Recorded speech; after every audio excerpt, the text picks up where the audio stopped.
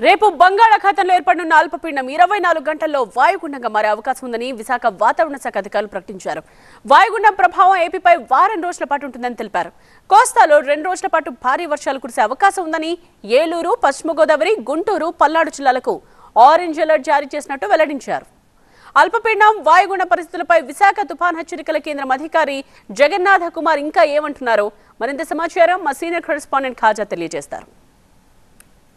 ఏపీకి వాయుగుండం పొంచి ఉంది. మరో వారం రోజుల పాటు వర్ష సూచన ఇస్తుంది వాతావరణ శాఖ. అయితే ఇదే అంశంపై మనతో మాట్లాడేందుకు విశాఖ తుఫాన్ హెచ్చరికల కేంద్రం సీనియర్ అధికారి జగన్నాథ్ కుమార్ ఉన్నారు. సార్, ఈ వాయుగుండం అయ్యే ముందు అల్పపీడనం ఏ ప్రాంతంలో ఏర్పడుతుంది, దీని ప్రభావం ఏ మేర ఉండబోతుంది, ఏ తేదీల్లో భారీ నుంచి అతి భారీ వర్షాలు వస్తాయి ఏ జిల్లాల్లో? ఈరోజు మయన్మార్ మరియు దాని పరిసర ప్రాంతమైన తూర్పు మధ్య బంగాళాఖాతంలో ఒక ఉపరితల ఆవర్తనం ఉంది. అది పశ్చిమ దిశలో పయనించి రేపటికి అనగా 25వ తేదీ నాటికి ఉత్తర మరియు మధ్య బంగాళాఖాతాల్లో అల్పపీడనంగా పరిణామం చెందే అవకాశం ఉంది. అంటే 25వ తేదీ నాటికి 26వ తేదీ నాటికి ఈ అల్పపీడనం వాయువ్య బంగాళాఖాతం మరియు దానికి అనుకుని ఉన్న పశ్చిమ మధ్య బంగాళాఖాతంలో వాయుగుండంగా పరిణామం చెంది 27వ తేదీ నాటికి దక్షిణ ఒరిస్సా, ఉత్తర కోస్తా ఆంధ్రప్రదేశ్ మధ్య తీరాన్ని తాకే అవకాశం ఉంది. ఈ వాతావరణ పరిస్థితుల వల్ల నిన్నటి అల్పపీడనం ఉత్తర ఒరిస్సా చుట్టుప్రక్కల ఉన్న అల్పపీడనం వల్ల రాబోయే 7 రోజులు కూడా రాష్ట్రంలో చెదురుముదురు నుంచి అత్యధిక ప్రాంతాల్లో తేలికపాటి నుంచి మోస్తరు వర్షపాతాలు నమోదయ్యే అవకాశం ఉంది.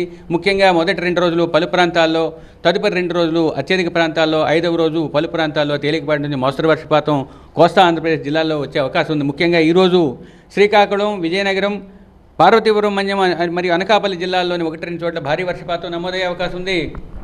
రేపటికి ఉత్తర కోస్తా జిల్లాలైన శ్రీకాకుళం, పార్వతీపురం, మన్యం, విజయనగరం, విశాఖపట్నం, అనకాపల్లి, అల్లూరి సీతారామరాజు, పశ్చిమ గోదావరి, ఏలూరు, ఎన్టీఆర్, గుంటూరు, పల్నాడు జిల్లాల్లోని 1-2 చోట్ల భారీ వర్షపాతం పడే అవకాశం ఉంది. 3వ రోజు అనగా 26వ తేదీన ముఖ్యంగా మధ్య కోస్తా ప్రాంతాలైన పశ్చిమ గోదావరి, ఏలూరు, ఎన్టీఆర్, గుంటూరు మరియు పల్నాడు జిల్లాల్లోని 1-2 చోట్ల భారీ నుంచి అతి భారీ వర్షపాతం మరియు శ్రీకాకుళం, విజయనగరం, విశాఖపట్నం, పార్వతీపురం, మన్యం, అల్లూరి సీతారామరాజు, అనకాపల్లి, కాకినాడ, తూర్పుగోదావరి, కోనసీమ, కృష్ణా, బాపట్ల, ప్రకాశంతో పాటుగా వైఎస్ఆర్ కడప, నంద్యాల మరియు కర్నూలు జిల్లాల్లోని 1-2 చోట్ల భారీ వర్షపాతం నమోదయ్యే వాయుగుండంగా మారిన తర్వాత వర్షాల తీవ్రత పెరుగుతుంది. అంటే 3వ రోజు అంటే 26వ తేదీన, 4వ రోజు 27వ తేదీన క్షేత్రీయ విస్తృతితో పాటు ఇంటెన్సిటీ లేదా తీవ్రత ఎక్కువగా ఉండే అవకాశం ఉన్నది. 2వ రోజు అంటే రేపటి నుంచి 5 రోజుల వరకు, తదుపరి 4 రోజుల వరకు కూడా